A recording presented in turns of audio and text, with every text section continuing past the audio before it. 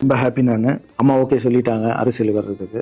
இப்போ நான் தாய்க்கு நிகரான்னு நினைக்கிற என் ரசிகர்கள் கேட்குறேன், நான் அரசியலுக்கு வரலாமா? இதை பார்த்துட்டு இருக்கிறவங்களுக்கு, இந்த மக்களை கேட்குறேன், நான் அரசியலுக்கு வரலாமா? அந்த தகுதி எனக்கு இருக்கா? நீங்களும் சொல்லுங்க. இந்த வீடியோ பார்த்துட்டு இருக்கவங்க கமெண்ட்ஸ் போடுங்க. பசங்களா, இவங்க தான் என்னுடைய 22 வருஷத்துடைய உழைப்பு. அரசியலுக்கே வராம மக்களுக்கு நான் செஞ்ச சேவை உங்க கண்ணு முன்னாடி நிப்பாட்டிருக்கேன். கடமை செய், பலனை எதிர்பார்க்காத. எனக்கு ரொம்ப பிடிச்சது. விஷயத்துக்கு வருவோமா? திருச்சி கிழக்கு தொகுதி. இன்னைக்கு நான் என்ன முடிவு சொல்றேன் இதுதானே. நான் திருச்சி கிழக்குல நிக்கணும்னா நான் முதல்ல அரசியலுக்கு வரணும்.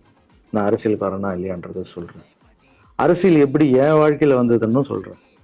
உங்களுக்கு நல்லா தெரியும், என் வீட்டில் குழந்தைங்களை வளர்த்துக்கிட்டு நான் பாட்டு சோஷியல் சர்வீஸ் பண்ணிட்டு இருந்தேன். மாற்றுத்திறனாளிக்கு தேவை சொல்லி கொடுக்குறது, ஓப்பன் ஹார்ட் சர்ஜரி பண்ணுறது, பசங்களை படிக்க வைக்கிறது, ஸ்போர்ட்ஸ் எல்லாத்துலேயும் என்னால் முடிஞ்ச வரைக்கும் பண்ணுவேன். என்னால் முடியல மற்றவங்கிட்ட கேட்டு பண்ணிட்டு இருந்தேன். நம்ம அண்ணன் தான், சீமன் அண்ணன் ஒரு விமர்சனம் வைக்கிறாரு, அதுக்கு நான் மறுபடியும் ஒரு ட்வீட் போடுறேன், அவர் ட்வீட் போடுறேன். அப்போ தான் என் வாழ்க்கையில் அரசியல்னு எடுத்து அந்த நுழையுது.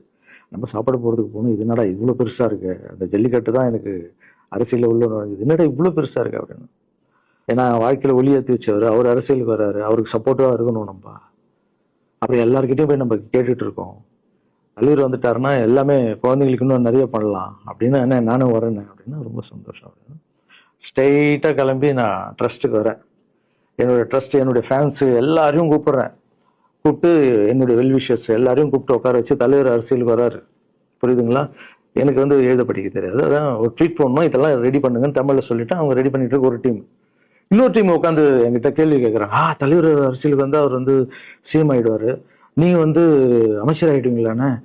சுகாதாரத்துறை அமைச்சர் தான், நம்ம ஆப்ரேஷன் நிறைய பண்ணலாம், இன்னொருத்தர் கல்வித்துறை எடுத்தால் நிறைய படிக்க வைக்கலாம். கடமை செய்யணும், பலன் எதிர்பார்க்க கூடாது. சுகாதாரத்துறை அமைச்சர், இது கல்வித்துறை, இதெல்லாம் படிச்சுங்க வர இடம். அண்ணன் படிக்கலடா.